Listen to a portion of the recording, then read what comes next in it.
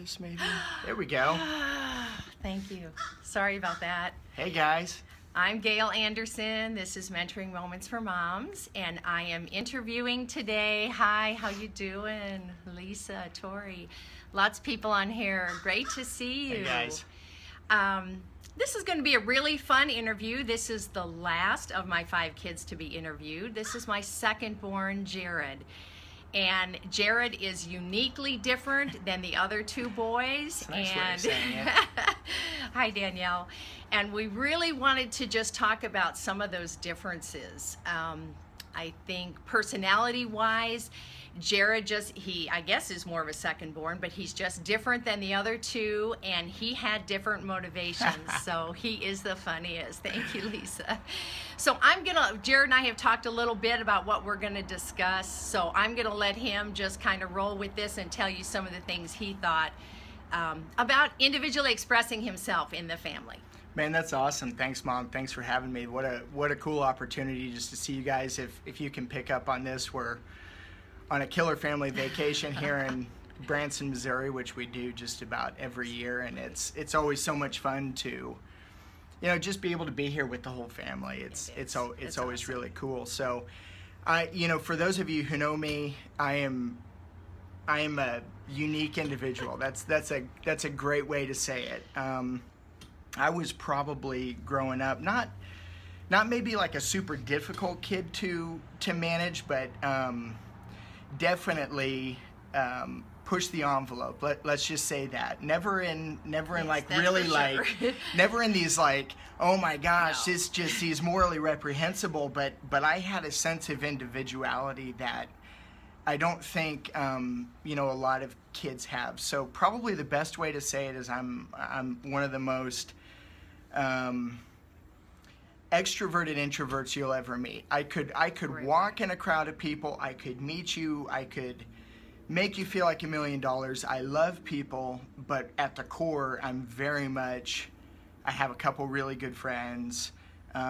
Socially, I'm not going to be at just a massive party with people. It's going to be very much. But you're still the life of the party. I'm the life of it. I love making sure people are having a great time, but it's usually in smaller groups. And I would say that there's probably 5 people that actually know me better than anybody. A lot of people get a great glimpse of me, but there's about 5 people who really know me. So growing up, I think it was just always, I was always into just a sense of individuality. And he was always into something that was really new and on the edge. Yes. Beautiful background because we are in Branson at Lake of the Ozarks. So it's beautiful. We're here for family vacation. And I must say, it is so hard to get all of my kids, even individually, to be able to interview. Jared, his schedule is just so crazy. It's like I finally said, okay, can we do this on vacation? Yep, can we do it on vacation? Taking part of our vacation time to do this. So. But I think the thing I want to pass on, to everybody here, the thing that makes me, I guess, and the reason that I would come on and talk about this for my mom is that growing up, I always had a odd sense of being an entrepreneur. And I think that's a really difficult personality to parent. I think people try to push it, under a basket. It's like they don't know what that means. It's scary. It's like, is my kid going to fail at something? What am I doing? So, for me, I guess at age 10, I was always provided for, lived a great life. But we were always encouraged, if you want something, go get it. Something above and beyond, like the special Nike tennis shoes. You want Jordan tennis shoes? You want Tommy Hilfiger jeans at that time? Go get it. We're going to give you a pair of jeans, but if you want that, it's up to you. And it created this sense of dependence that was like, I can go do this. And so at age 10, went out, started knocking on doors, hanging door hangers, and started mowing yards. Yeah. Literally, I would go bike to these people's houses and go mow their yards, go do landscaping for them. And that's how I created, all this income as a kid. Then it sort of morphed. Then it got into the place where I was 14 years old, started working 2 jobs, both minimum wage, installing garage doors and being a janitor. And I learned very quickly at that point, if you want something more than that, there's going to have to be more risk attached to it. And so at the age 14, it was very much, hey, I'm fine working minimum wage. I'm fine covering my bases, but there's something more here, and I'm going to go do something more. So he asked me to drive him down to this store so he could buy Beanie Babies. I'm Beanie like, Babies what? Was the craze. You know, that you was... want a Beanie Baby? Yeah, there was this level of, I picked up on something that Beanie Babies were really hot, and they were not just hot in the way of, oh, let's just collect them and do this. They were a hot resale market, and that was right when the internet first started kind of booming for resale. PayPal wasn't even in at that point. Right. It was a lot of mail order checks and trading and some very high risk stuff. And I freaked everybody out. Everybody in my household freaked out because it was like, what are you doing? You're doing something that you shouldn't be doing. You're dabbling in the dark Way ways. out there. and I just kept pushing on it. And so I would literally get up, and I knew all the hot spots. Me and my brother Jesse would have been 9 or 10 at that time. I They roped were him even into riding it. their bikes to these Oh, yeah. stores if I wouldn't take them. We would call these stores. We knew what Beanie Babies were hot. When they were to going to call. be We knew delivered. when the UPS man would hit each store. These people got to know us, and if Mom was unavailable to take us, we'd get our rear ends on a bike, and we'd go bike across town to go pick these things up. And then as soon as we would get home, we knew all the ways to sell them. We would hit the internet, we would start listing them, start selling them, and then McDonald's teeny beanies hit. And we got to a place we were throwing away Happy Meals because we were buying so many of these things. And there was one other couple at our church who we got in on this, and everybody made a lot of money. Because Everybody the made family a lot then of got money. in on it. Once we watched Jared and saw him start making money, then the rest of us started buying and selling, and we actually made a bunch of money on it. It became a really cool thing for It was. just our family, just a great bonding experience. But here's the key to this story, is that Beanie Babies all of a sudden weren't as hot. You know that. You go into that knowing that. So did I fail? No.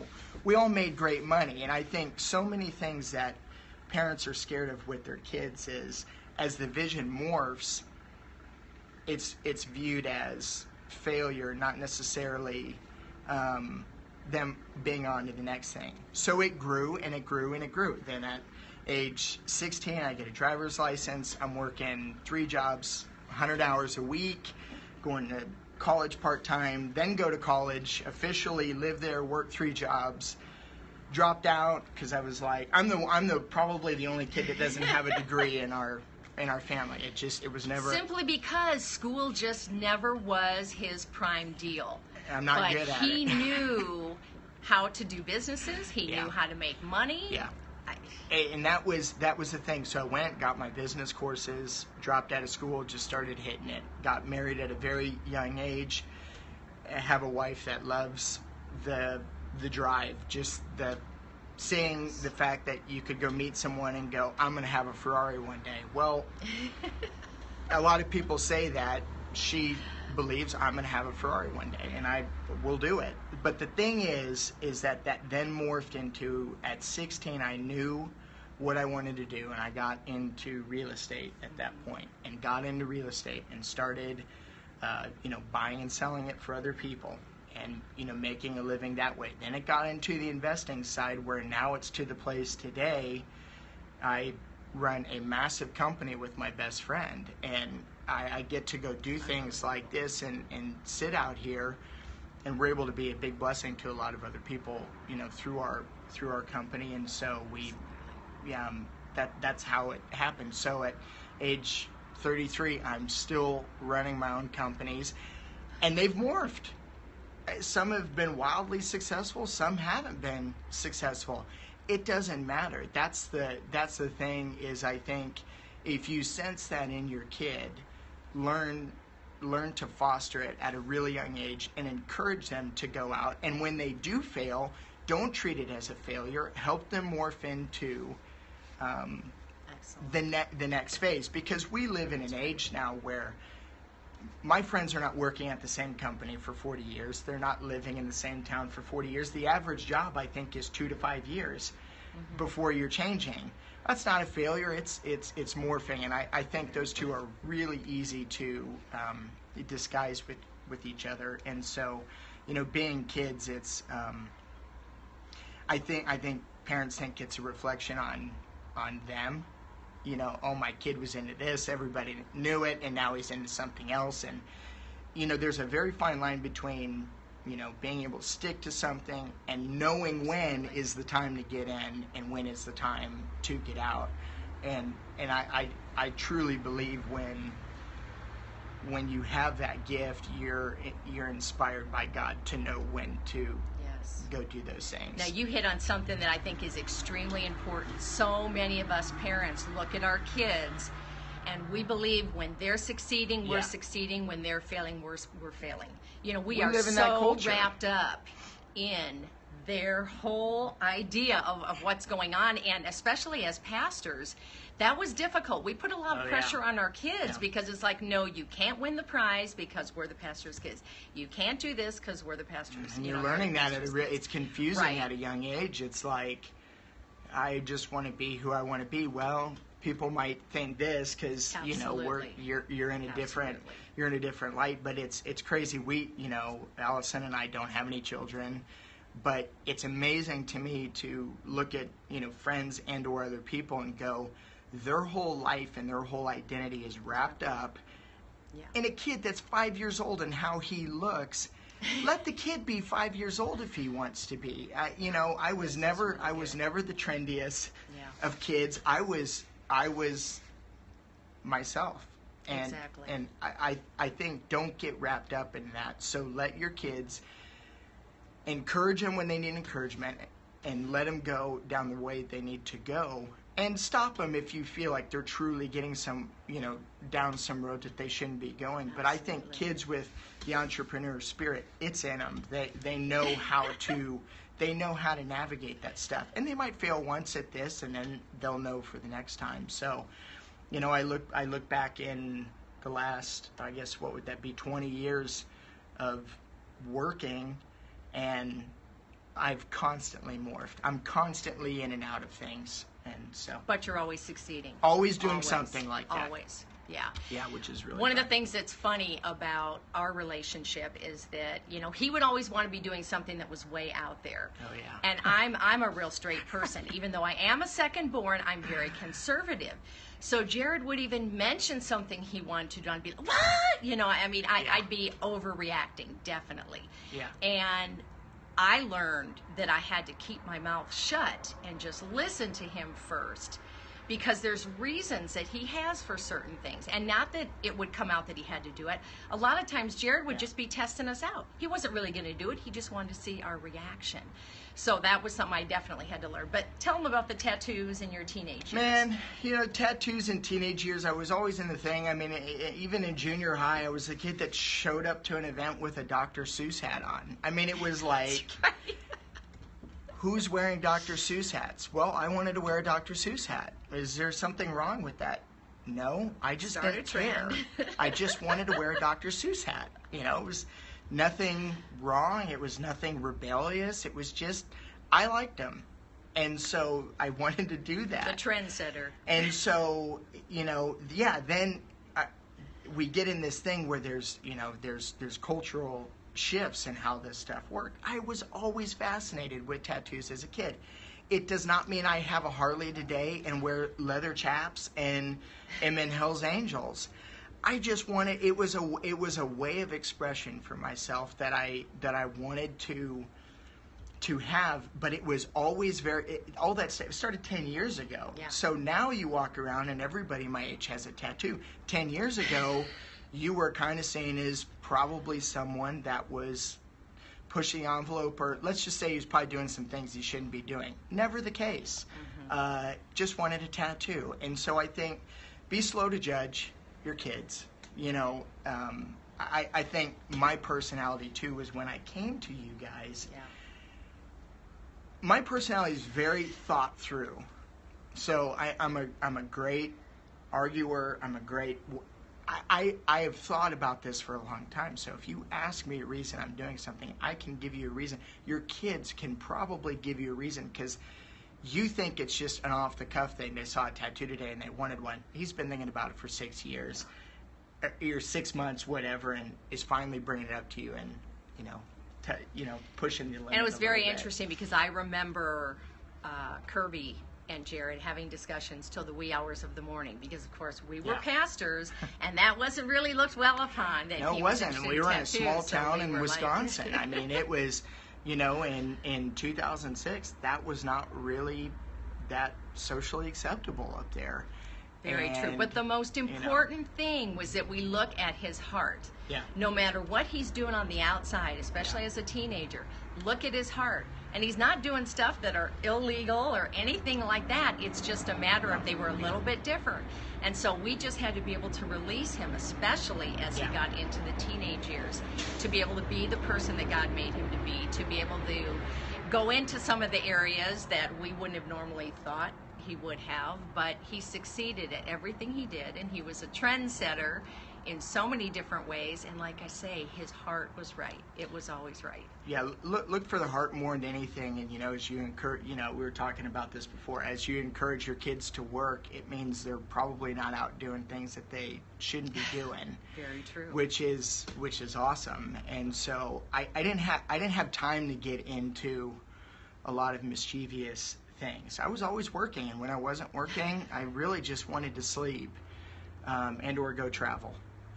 One of the two. So that was pretty, very true. Pretty well lit. So I guess that whole thing with you guys working, that went through all the stages with all the kids. Yeah. You all had the opportunities. Yeah. I mean, even when we were come to Branson, remember this the was years the where we best. had you This guys was the- earn your this own was the money. best.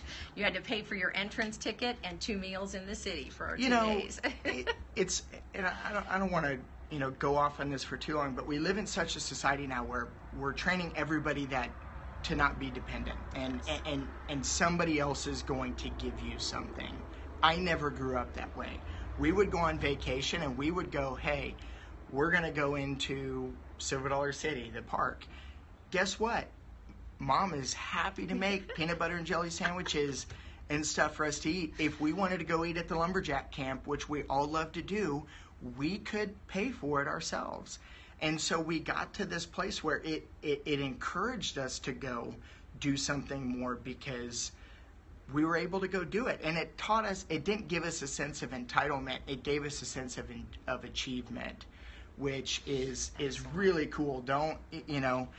It's not frowned upon to say, hey, we're going on a family vacation, we're going to pay to get you there, we're going to get the hotel room, but guess what? If you want to go play mini golf, man, go mow some yards. I will tell you what, though, for us as parents, those vacations from then on were like simple. The kids weren't bugging us for everything they saw. We all had our own money. They had money. They could be a customer themselves and decide if they wanted to purchase this thing or not, and it was just amazing. It takes the whims away of, oh, I just want that. Right. It's like, well, do I really want to? I had to work hard for that money, man. If I want to buy that, I had to mow that yard. Do I really want to spend that money on that? Whereas That's now, awesome. people, we just live in a, swipe the credit card age, it's the and there's nothing like that. So, I would really encourage, if you see some of those traits in your kids, really learn to foster them. You give them a little extra grace, let them fail, let them go down some roads that you might think, I wouldn't go down this road, because you never know, they might make you a lot of money. Who knows? And Well, it's really been fun, at least for me. I hope for you guys too, for me to interview each one of my 5 children. And they are all such individuals. They all have different memories, things they want to discuss. So if you haven't seen the other interviews, please go. Thank you so much. Please go to my YouTube channel, Mentoring Moments for Moms. All my videos are stored there, and you can find the interviews with my kids. They've been between the beginning of July and the end of August, and it actually says interview with and their names, so you'll see that. But appreciate you all staying on. I know we stayed on longer than usual, Sorry. but Yeah, lots thank you, of Mom. fun to be able to discuss this stuff. One quick thing, to add to this, I think it's so cool that, my mom does this for everybody, but more than anything is that, that she really lives it out, and you could probably go back and watch these interviews and go, yeah, it's great, anyone can talk it, but look at us kids, watch these interviews. We all love our parents. We all are still coming to do the same things that we want to do, and watch the stuff and go, this stuff works. It really does. So I love you. Thank you for having me on here. So thank you all, and hopefully I'll be on again later this week after we're home from Branson. I still have a ton of old Beanie Babies. I could probably help you sell them. Thanks for joining us, Sydney, and for everybody else who joined, thank you. And replay viewers, good for you. So happy you're watching thanks, us. Guys. Always hope you get something out of our time together online. So have a wonderful day. And again, do something special with your family or for your kids today. Thank you.